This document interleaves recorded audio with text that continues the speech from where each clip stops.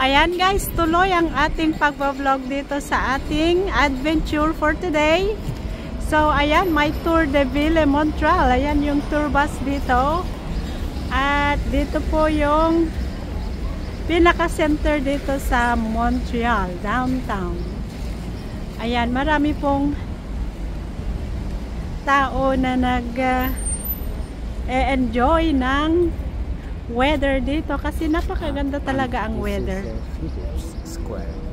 Oh, okay. So we are at Phillips Square Park. So ayan, yung church, yung green roof na yan. At makikita nyo po guys yung mga building na talagang kakaiba po yung mga shapes nila. Ayan.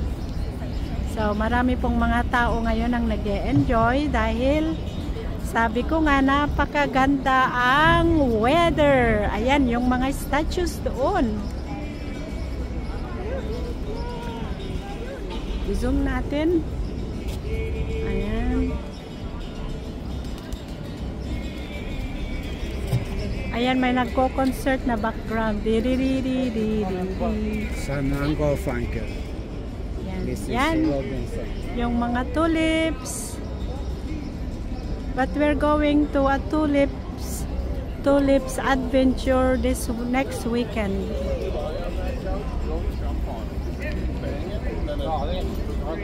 Ayan. So there's Greg. Honey, what will you say about this adventure today? I can say welcome to Phillips Square. Ayan. So what else can you say? What do you observe here at the park?